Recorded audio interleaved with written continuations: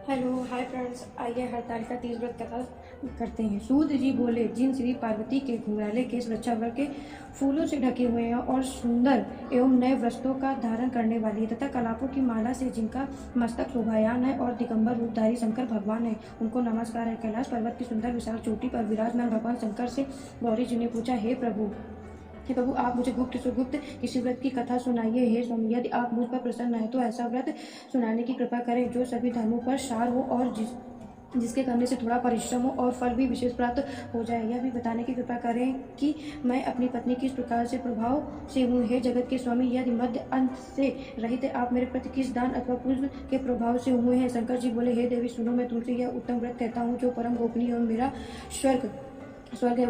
वह व्रत जैसे कि ताराओं में चंद्रमा, ग्रहों में सूर्य, वर्णों में ब्राह्मण, सभी देवताओं में विष्णु, नदियों में जैसे गंगा, पुराणों में महाभारत, वेदों में रामदेव, इंद्रों में मन जैसे श्रेष्ठ समझे जाते हैं, वैसे पुराण वेदों का संपूर्ण ही इस व्रत को शास्त्रों ने कहा। उसे एकाग्र मन से श्रवण करो। इसी व्रत के प्रभाव से ही तुमने मेरा शरीर प्राप्त किया है। तुम मेरी परम प्रिय हो, इसी कारण वह सारा व्रत मैं तुम्हें सुनाता हूँ। भादों का महीना हो, शुक्ल पक्ष की तृतीया हो, हस्त नक्षत्र, उसी दिन इस व्रत के अनुष्ठान से मनुष्यों के सभी पाप भस्मीभूत हो जाते हैं। हे देवी सुनो, जिस महान व्रत को तुमने हिमालय पर्वत पर धारण किया था वह सबका सब पूरा फल मुझसे श्रवण करो। श्री पार्वती जी बोली, भगवान, वह सर्वोत्तम व्रत मैंने किस प्रकार किया था यह सब हे महेश्वर है आपका सुनना चाहती हूँ। शिव जी बोले, हिमालय नामक एक उत्तम महान पर्वत है। नाना प्रकार की भूमि तथा वृक्षों वहाँ शोभायनक है। अनेकों प्रकार की पक्षी वहाँ अपनी मधुर बोलियों से उसे शोभामान कर रहे एवं विचित्र मृदिक प्रश्न एवं विचारते हैं। देवर्षि गंधर्व सिंह चारण एवं शंकर प्रसन्न होकर वहाँ घूमते रहते हैं। गंधर्व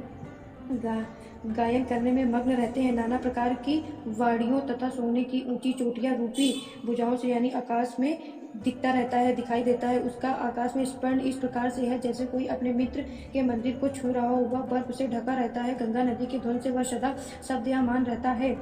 हे पार्वती, तुमने वही बाल्यावस्था में 12 वर्ष सत्पन्न कठोर तप किया है। मधुर मुख होकर बेकर धूम्रपान किया, फिर 64 वर्ष पर्यंत पके पके पत्ते खाए। माघ महीने में जल में खड़ी होकर तप किया। वैशाख में अग्नि का सेवन किया। सावन में अन्न पान का त्याग कर दिया। एकदम 12 मैदान में जाकर तप किया। तुम्हारे पिताजी तुम्हें इस प्रकार से चट्टानों में देखकर घोर चिंतित व्याकुल हो गए, जिन्होंने विचार किया कि यह कन्या जिसको दी जाए। उस समय ब्रह्मा जी पुत्र परम धर्मात्मा श्रेष्ठ मुनि श्री नारद जी तुम्हें देखने के लिए वहां आ गए।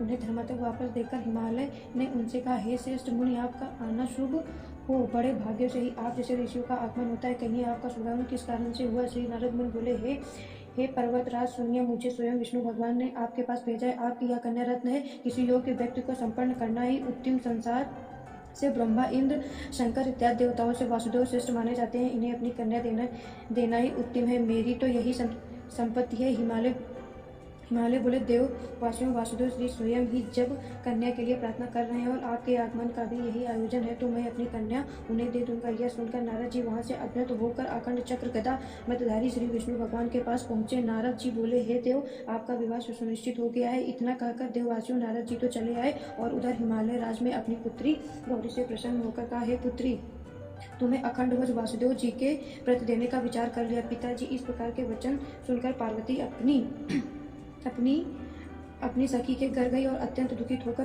पृथ्वी पर गिर पड़ी और विलाप करने लगी। उन्हें इस प्रकार दुखित होकर विलाप करते सखी ने देखा और पूछने लगी, हे देवी, तुम्हें क्या दुख है, मुझसे कहो, और तुम्हें जिस प्रकार से भी दुख हो मैं निश्चित वही उपाय करूंगी। पार्वती बोली, हे सखी, मुझे प्रसन्न करना चाहती हो तो मेरी अभिलाषा सुनो।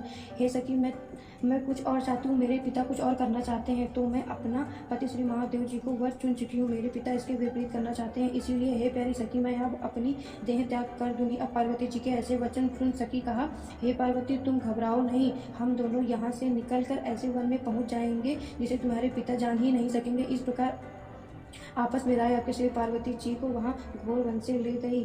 तब पिता हिमालय ने अपनी पुत्री को घर से देखकर इधर उधर खोजने लगे, घर भर ढूंढने लगे, किंतु वह न मिली तो विचार करने लगे, मेरी पुत्री को देव दानों किन्नरों से कौन ले गया। मैंने नारद जी के आगे विष्णु भगवान के प्रति कन्या देने की प्रतिज्ञा की थी। अब मैं क्या करूँगा। इस प्रकार की चिंता करते करते वे मूर्छित होकर गिर पड़े। तब उनकी ऐसी अवस्था सुनकर हाहाकार करते हुए लोग हिमालय राज के पास पहुंचे और मूर्छा का कारण पूछने लगे। हिमालय राज बोले, किसी दुष्ट आत्मा ने मेरी कन्या का अपहरण कर लिया है, अथवा किसी काले सर्प ने उसे काट लिया है, या किसी सिंह ने उसे मार डाला है। पता नहीं मेरी कन्या कहाँ चली गई है, किस दुष्ट ने उसे हर लिया। ऐसा कहते कहते शोक से संतुष्ट होकर हिमालय राज वायु संपन्न महावृक्ष से सामान करने लगे। तुम्हारे पिता ने सिंह वृष्ट भल्लुक आदि सिंगन पशुओं से भरे हुए एक वन में दूसरे वन से जाकर तुम्हें ढूंढने का बहुत बड़ा प्रयत्न किया। इधर अपनी सखियों के साथ एक वन में तुम भी जा पहुंची। वहां एक सुंदर नदी बह रही थी और उसके तट पर एक बड़ी गुफा थी जिसमें तुमने देखा। तब अपनी सखियों के साथ तुमने उस गुफा में प्रवेश किया। फिर खाना पीना त्याग कर वहां तुमने मेरा पार्वती जी सुप्त बालका लिंग स्थापित किया। उस दिन भादो मास के शुक्ल पक्ष की तिथि थी। साथ में हस्त नक्षत्र की मेरी पूजा अर्चना आपने बड़े प्रेम से प्रारंभ की। बाजों तथा गीतों के साथ रात को जागरण किया। इस प्रकार तुम्हारा परम श्रेष्ठ व्रत हुआ। उसी व्रत के प्रभाव से ही मेरा आसन हिल गया। तब उत्काल ही मैं प्रकट हो गया जहाँ तुम सखियों के साथ थी। मैंने दर्शन देकर कहा, हे देवी, वर मांगो। तब तुम बोली, हे महादेव, यदि आप प्रसन्न हो तो मेरे स्वामी बनिए। तब मैंने तथास्तु कहा। फिर वहाँ से अंतर्गत होकर कैलाश पहुँच गया। इधर जब प्रातःकाल हुआ तब तुमने मेरे लिंग मूर्ति का नदी में विसर्जन किया। फिर अपनी सखियों के साथ वन से प्राप्त कंद मूल फल आदि से तुमने प्रारण किया। हे सुंदर हरि, उसी स्थान पर सखियों के साथ तुम सो गई। हिमालय राज तुम्हारे पिता की उस घोर वन में आ पहुंचे। अपना खाना पीना त्याग कर वन में चारों ओर तुम्हें ढूंढने लगे। नदी के किनारे 2 कन्याओं को सोता हुआ उन्होंने देख लिया और पहचान लिया। फिर तो उन्हें उठाकर अपनी गोद में लेकर रोते रोते तुमसे कहने लगे, हे पुत्री सिंहराज, यदि आज पशुओं से पूर्ण इस घोर जंगल में क्यों आई। तब श्री पार्वती जी बोली, हे पिताजी सुनिए, आप मुझे विष्णु भगवान को देना चाहते थे। आपकी आवाज़ मुझे अच्छी ना लगी, इससे मैं वन में चली आई। यदि आप मेरा विवाह भगवान शंकर जी के साथ करें तो मैं घर चलूंगी, वरना मैं यही रहूंगी। निश्चित कर लिया है। तब तुम्हारे पिता ने कहा कि एवं वस्तु मैं शंकर जी के साथ तुम्हारा विवाह करूँगा। उनके ऐसा कहने से ही तुम घर आई। तुम्हारे पिता ने तब विवाह विधि में तुमको मुझे समर्पित कर दिया। पार्वती जी, यह उसी व्रत का प्रभाव है जिससे तुम्हारे सौभाग्य की वृष्टि हो गई। अभी और किसी संपूर्ण मैंने इस व्रत राज का वर्णन नहीं किया। हे देवी, इस व्रत राज का नाम श्री अब श्रवण कीजिए, क्योंकि तुम अपनी सखियों के साथ ही इस व्रत के प्रभाव से हरी गई। इस कारण इस व्रत का नाम हरतालिका तीज हुआ। पार्वती जी बोली, हे प्रभु, आपने इसका नाम तो कहा, अब कृपया करके इसी विधि से कहिए, इनमें से कौन सा फल मिलता है, कौन सा पुष्प लाभ होता है और किस प्रकार से कौन सा व्रत को करे। ईश्वर बोले, हे देवी सुनो, यह व्रत सौभाग्य धर्म है। जिसको सौभाग्य की इच्छा हो वह अत्यंत पूर्वक इस व्रत को करे। सबसे प्रथम देवी की रचना करे, उसमें 4 केले के पत्ते रोपित करें, चारों ओर वृंदावन बांधे, ऊपर रेशमी वस्त्र बांधे, विधि अखंडों के और भी वस्त्र लगाएं। उस मंडप के नीचे भी भूमि के अनेकों चंदामृत सुगंधित जल द्वारा लिपे तथा शंकर मोदक आदि बाजे, शंख बाजे, ढोलक बाजे, मंजीरा बाजे। वह मंडप मेरा ही मंदिर है, इसीलिए नाना प्रकार के मंडप गीत गाए होने चाहिए। शुद्ध रीति का मेरा लिंग श्री पार्वती जी साथ ही वहाँ स्थापित करें। बहुत पुष्पों के द्वारा गंध धूप आदि मेरा पूजन करें। फिर नाना प्रकार के मिठाई एवं नैवेद्य समर्पित करें। रात को जागरण करें। नारियल, सुपारियाँ, सुगंधित नींबू, वपुल, बीजधर नारियल एवं और भी प्रस्तुत अनुसार बहुत से फल उस दृष्ट में होने चाहिए। नाना प्रकार के कंदमूल, सुगंधित धूप दीप आदि सब लेकर इन मंत्रों द्वारा पूजन करके चढ़ावे। मंत्र इस प्रकार है, शिव शांत पंचमुखी मूली नदी और गंधी महाकाल गरुड़ में युक्त शंभु आपको नमस्कार। शिव प्रिय प्रकट दृष्टि हेतु श्री पार्वती जी सर्व मंगल रूपे शिव रूपे जगत रूपे आपको नमस्कार है। शिव कल्याणी जगदम्बे शिव स्वरूपे आपको बारंबार नमस्कार है। आप ब्रह्मचारिणी हो, जगत की धारणी सिंहवाहिनी आपको नमस्कार है। संसार के भय संतोष से मेरी रक्षा कीजिए। हाँ महादेवी पार्वती जी, जिस कामना के लिए आपको पूजा की है, हमारी वह कामना पूर्ण करें। राज्य सौभाग्य के समय से प्रदान करें। शंकर जी बोले, हे देवी, इस मंत्रों तथा प्रयासों द्वारा मेरे साथ तुम्हारा पूजा करें और विधि पूर्वक श्रावण करें। फिर बहुत सा अनाज दान करें, अथा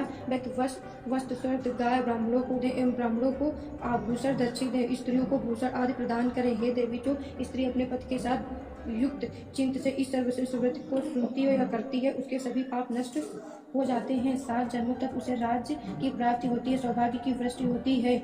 और जो नारी इस भादों के शुक्ल पक्ष की तृतीया के दिन व्रत धारण करती है, 12 आहार कर लेती है, वह 7 जन्मों तक विधवा रहती है एवं जन्म जन्म से विधवा हो जाती है। वह दरिद्रता पाकर अनेकों कष्ट उठाती है, उसे पुत्र सुख छोड़ता है। नदी नदी नदी और जो उपाय नहीं करती, घोर नरक में पड़ती है। अन्न के आहार करने से उसे सूत्री का जन्म मिलता है। फल खाने से बांदरी होती है। जल पीने से जोंक होती है। दुग्ध पीने से आहार होती है। मांस खाने से मांसाहारी है। दही खाने से बिल्ली होती है। मिठाई खाने से चींटी होती है। सभी वस्तु खा लेने से मक्खी होती है। सो जाने से अजगरी होती है।